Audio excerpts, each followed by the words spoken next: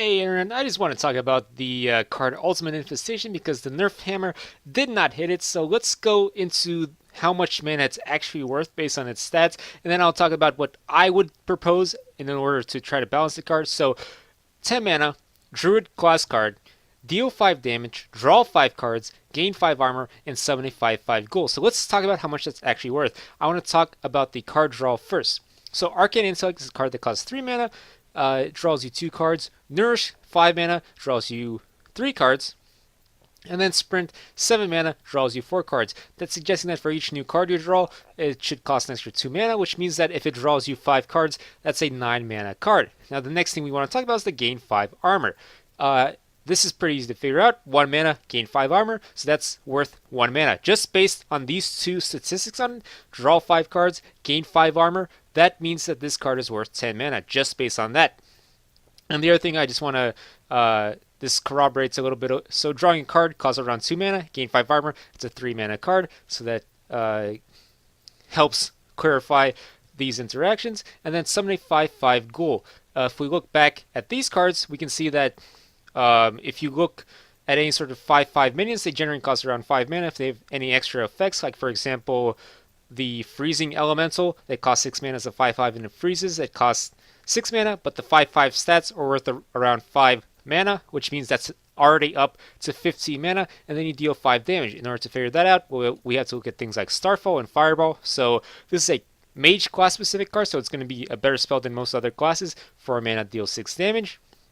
Starfire, 6 mana, deal 5 damage, draw a card. If we're going to take draw a card as worth 2 mana, then this is a 4 mana card in terms of the deal 5 damage.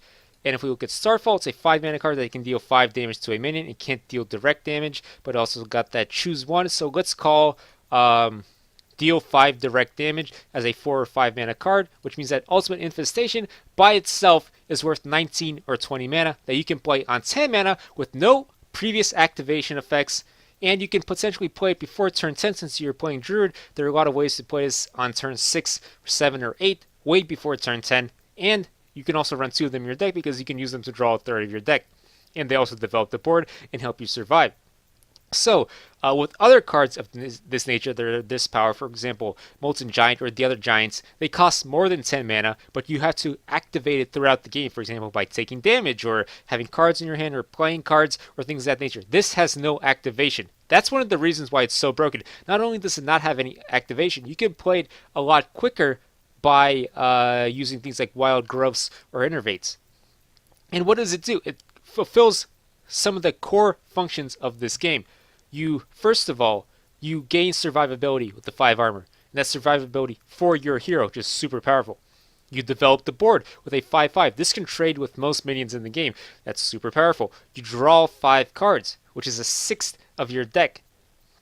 It's one of the most important mechanics in this game because the more cards you have in your hand, the higher likelihood that you have an answer to whatever your opponent is playing or that you have lethal in hand. And then, speaking of lethal, it deals 5 direct damage. It's not damage to a minion. It doesn't have to be any specific type of damage. It's not like deal 5 damage to a taunt minion. It's deal 5 damage anywhere. So it fulfills all the core functions of the game in a single card.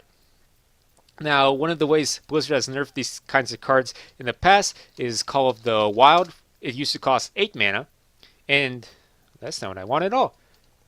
Hold on a second. Call of the Wild Hearthstone, because I'm trying to get a book here. So, this used to cost 8 mana, and this was a 9 mana card. Each animal companion by itself costs 3 mana. You summon all 3 at the same time, that's 9 mana total. So this nerfed the card to the point where it's still really good, but it's not in every deck anymore. Now, they can't do this with Ultimate Infestation. That's generally how they nerf cards. They just make the mana cost increase. But because it's already a 10 mana card, there's nothing you can do here. Unless you create some sort of activation effect. For example, make it a 25 mana card, and you can only use it if you've done 15 damage to your opponent. So for each damage that you've done to your opponent, this costs 1 less mana, but not less than 10. That way you can't just play it for 0 mana if your opponent happens to be at 5 health. That would be kind of broken in by itself. But another way that I would like to see them nerf this is to make this a neutral card, except in the following manner. So make it the first neutral spell where every class can have one of these. So it's a legendary spell for every class except Druid, where Druid can have two. They can have one of the neutral cards, and they can have one of the class cards. So Druids can have two. They still get that class identity where they get more than everybody else, but everybody else also has access to it, therefore balancing out a little bit because it's not just broken in Druid decks, it's broken in every deck, which on some level balances the game out a little bit. Now, another way to do this, Blizzard said that their main problem with it was that with things like Innervates, you can play this before turn 10. Or if you have Wild Growth, you can play this before turn 10. So what do you do to get around that? Well, what you can do is say, create a countdown. So I don't know if you guys have played Shadowverse, but countdown until they have a countdown until you can evolve minions. Let me show you exactly what it is that I'm talking about. Maybe this will be a good one. Now I'll go to the images in order to find what I'm talking about.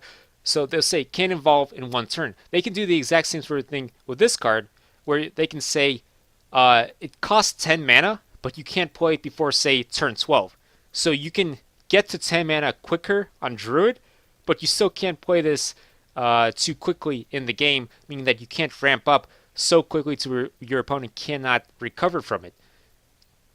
And if they do that, they can just have this countdown on the card itself instead of on the full game board. They can just have like a little thing that says 12 right here, and that can count down every turn. And once it reaches 0, you can play the card. It still costs 10 mana. It would balance it quite a bit. Or it doesn't have to be 12 turns. It can be 15 turns or whatever it may be. But in any case, just make this card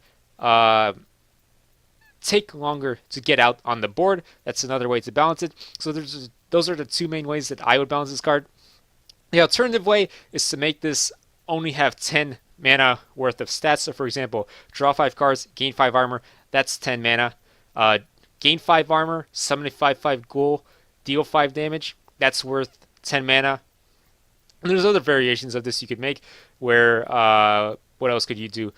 You could deal 5 damage, or you could just increase this, deal 6 damage, gain 5 armor, and summon like a 4/4 ghoul. You can play with this a lot. It seems like they just chose 5s for all of them because they're easy numbers. They talked about maybe reducing the cost of all these to make all these 4s, but or you could just get rid of one of these completely. Even if you get rid of just the last one, and this is a 15 mana card, and say you're not allowed to play it before turn 10, so it's got that countdown. You don't summon the 5/5 ghoul. It's a 15 mana card, but make it a legendary spell, and then just because you can't have 2 of them in your deck, it does balance it out a little bit because a lot of people run 2 of these and then you draw your whole deck. So those are just some suggestions about balancing the card. And thanks for watching. Subscribe because I got more videos coming your way, baby.